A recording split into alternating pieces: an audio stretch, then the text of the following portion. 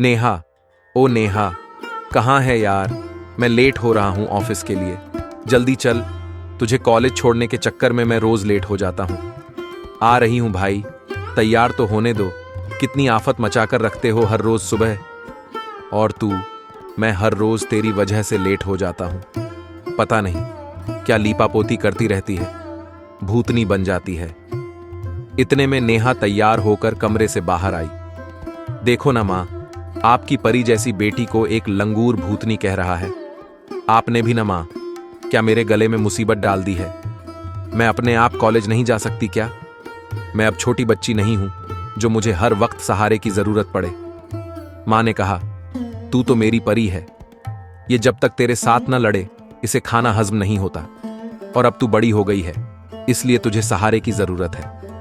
जमाना बहुत खराब है बच्चे, इसलिए तो कॉलेज जाते हुए तुझे भाई छोड़ता जाता है और वापसी में पापा लेने आते हैं। अब जा जल्दी से, भाई कब से तेरा इंतजार कर रहा है। हाँ हाँ, जा रही हूं। पता नहीं ये माएं हर टाइम जमाने से डरती क्यों हैं। नेहा बड़बड़ाते हुए बाहर चली गई। नेहा एमए के पहले साल में पढ़ रही थी। उसका भाई सुजीत उससे 6 साल बड़ा था और नौकरी करता था। नेहा का छोटा सा परिवार था, मम्मी पापा और एक बड़ा भाई जो पंजाबी बाग भोपाल में रहते थे। नेहा के पापा का ऑफिस हाउसिंग बोर्ड में था और भाई नेहरू प्लेस में नौकरी करता था। नेहा का राजधानी कॉलेज पंजाबी बाग में ही था, मगर घर से तकरीबन 10-15 किलोमीटर दूर, इसीलिए बस से जाने के बजाय वह भाई के साथ जाती थी। वैसे भी जब से नेहा ने कॉलेज में एडमिशन लिया था, माँ ने सख्त हिदायत दी थी कि उसे अकेला नहीं छोड़ना। जमाना खराब है, कल को कोई ऊंच नीच हो गई तो कौन जिम्मेदार होगा, इसलिए अपनी चीज का ख्याल तो खुद ही रखना होगा ना। नेहा को कॉलेज छोड़ने के बाद सुजीत रास्ते से अपने ऑफिस के साथी रोहन को हाउसिंग बोर्ड से ले लेता था। एक दिन रोहन ने कहा, यार मुझे अच्छा नहीं लगता कि तू रोज मुझे लेकर जाता है, तू परेशान न हुआ कर, मैं बस से चला जाऊंगा। इस पर सुजीत बोला, यार मेरा तो रास्ता है इधर से, मैं अकेला जाता हूं, अगर तू पीछे बाइक पर बैठ जाता है तो क्या फर्क पड़ता है। फिर भी यार तुझे परेशानी तो होती ही है। यार भी कहता है और ऐसी बातें भी करता है। देख, अगर बस के बजाय मेरे साथ जाएगा तो बस का किराया बचेगा ना, वह तेरे काम आएगा। मैं जानता हूं तेरा बड़ा परिवार है और तनख्वाह कम पड़ती है। यह सुनकर रोहन चुप हो गया। इसी तरह यह सिलसिला चलता रहा। एक बार सुजीत बहुत बीमार हो गया और लगातार कुछ दिनों तक ऑफिस नहीं गया। रोहन ने तो फोन करके हालचाल पूछा, मगर उसे मिले बिना चैन कहां, यारी जो दिल से थी। एक दिन छुट्टी के बाद वह पहुंच गया सुजीत से मिलने। इधर जब सुजीत बीमार था तो नेहा को कॉलेज छोड़ने कौन जाता, क्योंकि पापा तो सुबह सुबह ही काम पर चले जाते थे। लिहाजा नेहा बस से कॉलेज जाने लगी। सुजीत ने समझा दिया था कि किस जगह से और कौन से नंबर की बस पकड़नी है। वापसी में तो उसे पापा ले आते। रोहन ने सुजीत के घर की डोरबेल बजाई तो दरवाजा नेहा ने खोला। अपने सामने 6 फुट लंबा बंदा, जो थोड़ा सांवला मगर तीखे नैन नक्श घुंघराले बाल, जिसकी एक लट माथे पर झूलती हुई भूरी आंखें, देखकर नेहा खड़ी की खड़ी रह गई। यही हाल रोहन का था। जैसे ही उसने नेहा को देखा तो हैरान रह गया। उसे लगा मानो कोई शहजादी हो या कोई परी धरती पर उतर आई हो। रोहन ने नेहा को अपने बारे में बताया तो वह उसे भीतर ले गई। रोहन सुजीत के साथ बैठकर बातें कर रहा था। माँ और नेहा चाय पानी का इंतजाम कर रही थीं, मगर बीच बीच में रोहन नेहा को और नेहा रोहन को कनखियों से देख रहे थे। घर जाकर रोहन सारी रात नहीं सो सका। इधर नेहा उसके ख्यालों में खोई रही। अगले दिन नेहा को न जाने क्या सूझा कि बस से कॉलेज न जाकर हाउसिंग बोर्ड बस स्टैंड पर उतर गई, क्योंकि शाम को वह बातों बातों में जान चुकी थी कि रोहन हाउसिंग बोर्ड में रहता है, जिसे सुजीत अपने साथ नेहरू प्लेस ले जाता था। जैसे ही Neha housing board bus stand पर उतरी, तकरीबन 5 मिनट बाद ही रोहन भी वहां आ गया। हेलो, रोहन ने औपचारिकता दिखाते हुए कहा। हाय, ऑफिस जा रहे हैं आप? नेहा ने हेलो का जवाब देते हुए और बात आगे बढ़ाते हुए कहा। जी हां, जा तो रहा था, मगर अब मन करता है कि न जाऊं। रोहन आंखों में शरारत और होठों पर मुस्कान लाते हुए बोला। कहते हैं कि मन की बात माननी चाहिए। नेहा ने भी कुछ ऐसे अंदाज से कहा कि रोहन ने मस्ती में आकर उसका हाथ पकड़ लिया। अरे रोहन जी, छोड़िए, कोई देख ना ले, नेहा ने घबरा कर कहा।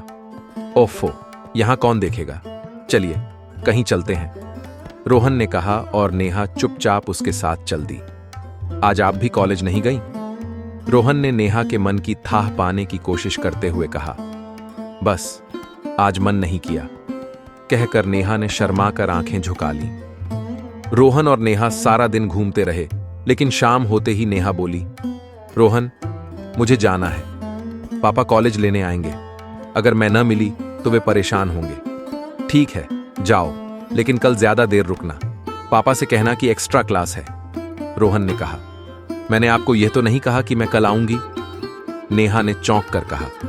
मैं जानता हूं कि तुम कल भी आओगी, जैसे मुझे पता था कि तुम आज मुझसे मिलने आओगी।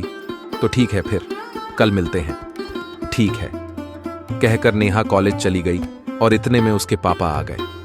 अगले दिन फिर वही सिलसिला शुरू हो गया। सुजीत ठीक हो गया और इत्तेफाक से उसे वहीं पंजाबी बाग में ही अच्छी नौकरी मिल गई। नेहा की तो बल्ले बल्ले, अब तो अकेले ही बस पर जाने की छूट। उधर रोहन भी फ्री हो गया कि अब न सुजीत मिलेगा और न ही उसे पता चलेगा कि रोहन कब ऑफिस गया और कब नहीं।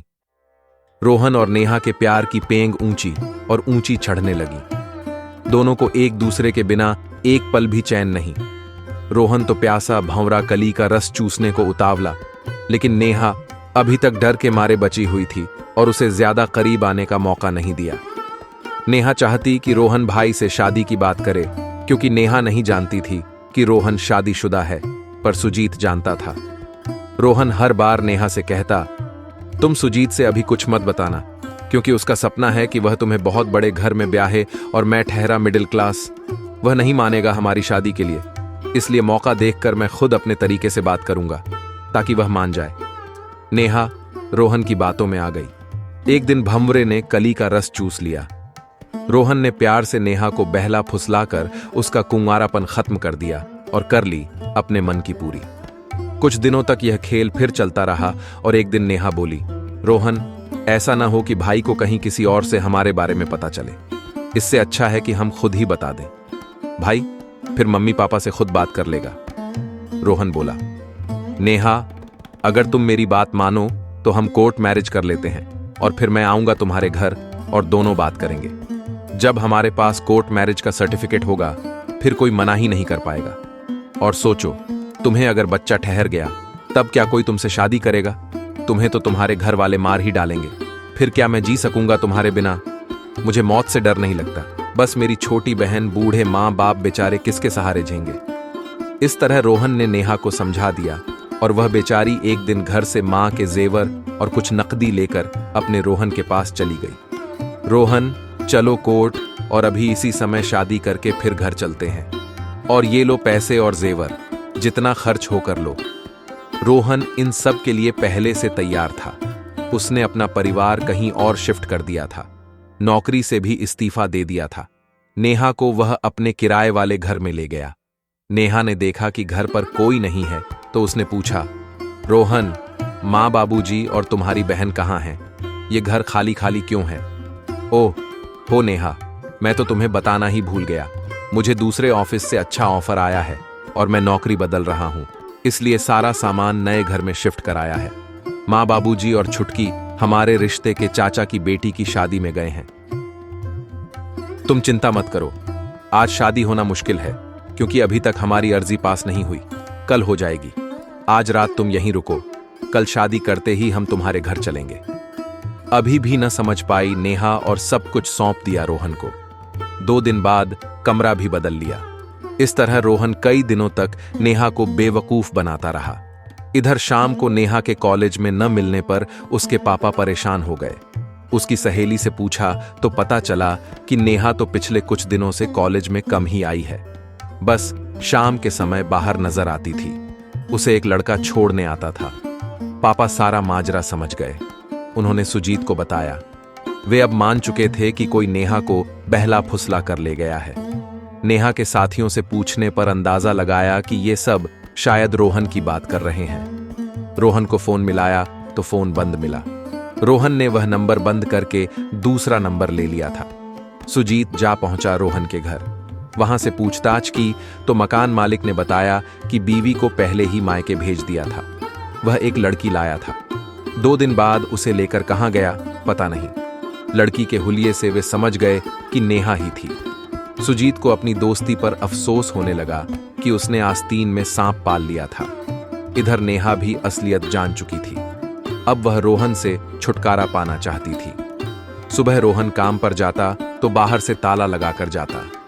इधर नेहा का परिवार उसे ढूंढकर थक चुका था। इश्तिहार छपवा दिए गए ताकि नेहा का कहीं से कोई तो सुराग मिले। एक दिन रोहन तैयार हो रहा था कि ऑफिस से फोन आया कि अभी पहुंचो। वह जल्दी में ताला लगाना भूल गया। नेहा के लिए यह अच्छा मौका था। वह भाग निकली और जा पहुंची अपने घर। उसने अपने किए की माफी मांगी। घर वालों से तो नेहा को माफी मिल गई, पर आस पड़ोस के लोगों ने उसका जीना मुहाल कर दिया था। नेहा के पापा ने यह घर बेचकर रोहिणी में जाकर नए सिरे से जिंदगी की शुरुआत की, मगर वहां भी वे जिल्लत की जिंदगी जिए। न कहीं नेहा का रिश्ता तय होता था और न ही कहीं सुजीत का। साल बीतते गए। पहले तो पापा इस सदमे से बीमार हो गए और फिर उनकी मौत हो गई। मां दिन रात चिंता में घुलती रहती थी। घर बार सब बिक गया, इज्जत चली गई। नेहा के एक मामा करनाल में रहते थे। एक दिन वे बोले, दीदी करनाल तो मैं आपको लाऊंगा नहीं, मेरी भी यहां इज्जत खराब होगी, पर आप उत्तराखंड में शिफ्ट हो जाओ, कम से कम भोपाल जितना महंगा तो नहीं है। वे सब उत्तराखंड में शिफ्ट हो गए। वहां मामा ने जैसे तैसे छोटी मोटी नौकरी का इंतजाम करवा दिया था। इससे किसी तरह गुजारा चल निकला। नेहा अब 35 साल की और सुजीत 40 साल का हो गया। नेहा का रिश्ता तो न हुआ, अलबत्ता सुजीत का रिश्ता वहां किसी जानकार ने करा दिया। अब सुजीत की तो शादी हो गई। क्या करता, कब तक नेहा के लिए इसे भी कुंवारा रखते। आगे परिवार भी तो बढ़ाना था। नेहा का रिश्ता न होने की वजह एक और भी थी कि उसे शराब पीने की लत लग गई थी। टेंशन में होती और ऑफिस के स्टाफ के साथ पीने लग जाती और पीकर फिर होश कहां रहता। कभी कभी तन की आग भी सताती और कोई न कोई अपनी भी आग इससे बुझा लेता। लेकिन ऐसा भी कब तक चलता। भाई के बच्चे भी हो गए हैं, सब समझने लगे हैं। भाभी को भी अब बुरा लगता है कि कब तक शराबी बहन उनके सिर पर मंडराएगी। उम्र भी तो कम नहीं, 45 साल की हो गई। आखिरकार एक रिश्ता मिला चमोली में। लड़का क्या, आदमी था, अधेड़ था, सूरज विधुर था, मगर कोई बच्चा नहीं। इसलिए सोचा कि दूसरी शादी करके वंश आगे बढ़ाया जाए। बात बन गई तो शादी कर दी। नेहा ने भी सोचा कि अब एक अच्छी बीवी बनकर दिखाऊंगी। शराब की लत छोड़ दी धीरे धीरे। तकरीबन 6 महीने सब सही रहा। इसी बीच पड़ोसी की बेटी श्वेता कनाडा से आई। 2-3 महीने यहां रही। दोनों परिवारों में अच्छा खासा लगाव भी था। श्वेता जितने समय तक शाहबाद में रही, नेहा संग अच्छी दोस्ती रही। वह सारा दिन भाभी भाभी करती रहती। जाते जाते श्वेता नेहा को बोल गई, भाभी मैं आप दोनों को कनाडा बुला लूंगी। वहां की लाइफ यहां से अच्छी है, वहां सेट करूंगी आपको। नेहा और सूरज भी खुश थे कि वे दोनों कनाडा में सेट होंगे। वैसे भी आगे पीछे कोई नहीं, दोनों ही तो हैं, तो कहीं भी रहें। 2 महीने बाद श्वेता का फोन आया, भाभी यहां के नियम बहुत सख्त हैं, इसलिए हमें यहां के नियम से चलना होगा। मैंने आपके पेपर सब तैयार कर दिए हैं। मैं आपको अपने बच्चे की नैनी यानी आया के रूप में बुलाऊंगी। फिर आप यहां सेट होकर सूरज भैया को बुला लेना। कुछ समय बाद नेहा खुशी खुशी कनाडा चली गई, लेकिन वहां के तो रंग ही कुछ और थे। सुबह 5 बजे से रात के 12 बजे तक सारे घर का काम करे। उस पर बच्चा इतना बिगड़ा हुआ था कि कभी उसे गाली दे, कभी चप्पल उठाकर मारे, खाना भी ढंग से न दे, बस जो बचा खुचा वही दे दे, चाहे उससे पेट भरे या ना भरे। नेहा न तो बच्चे को डांट सके, न ही कहीं जा सके और न कोई पैसा उसके पास। खून के आंसू रोए बेचारी। 4 साल तक न तो परिवार वालों से कोई बातचीत, न ही सुख की सांस ली। आखिरकार नेहा ने एक दिन हिम्मत की, जब श्वेता और उसका पति ऑफिस गए हुए थे। वह चुपचाप एक खिड़की से भाग निकली और पहुंची सीधा पुलिस के पास और सब कुछ बताया। पुलिस जा पहुंची श्वेता के घर। हाँ, नेहा भागी जरूर। पुलिस में उसके खिलाफ शिकायत भी की, मगर उसने धोखा नहीं दिया श्वेता को, जिस तरह श्वेता ने उसे दिया था। वह तब भागी जब श्वेता के आने का समय हो चला था, ताकि श्वेता का बेटा ज्यादा समय अकेला न रहे। पूरे घर का काम करके तब जब पुलिस श्वेता के घर आई तब भी उसने यह कहा कि उसे श्वेता से अपने पासपोर्ट और पेपर वगैरह दिलवा दें और उसे वर्क परमिट मिल जाए और उसे कुछ नहीं चाहिए। नेहा अपने पति को बुलाना चाहती है। श्वेता ने उसके सब पेपर उसे सौंप दिए। नेहा ने श्वेता पर कोई केस नहीं किया। नेहा अब कनाडा में अलग काम करती है, अलग घर में शांति से रहती है। नेहा इस समय सूरज के कागजात तैयार करवा रही है ताकि सूरज को वहां बुला ले। नेहा सारी उम्र एक गलती की सजा भुगतती रही। वह सच्चे प्यार के लिए तरसती रही। एक छोटी सी गलती ने पूरा परिवार बिखेर दिया, लेकिन अब बुढ़ापे में कोई न कोई तो सहारा चाहिए हर एक को। कम से कम सूरज और नेहा एक दूसरे का सहारा तो बनेंगे। कुन्नारी ख्वाहिशें झुलसकर दम तोड़ चुकी थीं, लेकिन नेहा एक अच्छा काम और कर रही थी कि कोई भी लड़की अगर इस तरह की भूल करती तो वह उसे समझा बुझाकर उसके घर पहुंचा आती।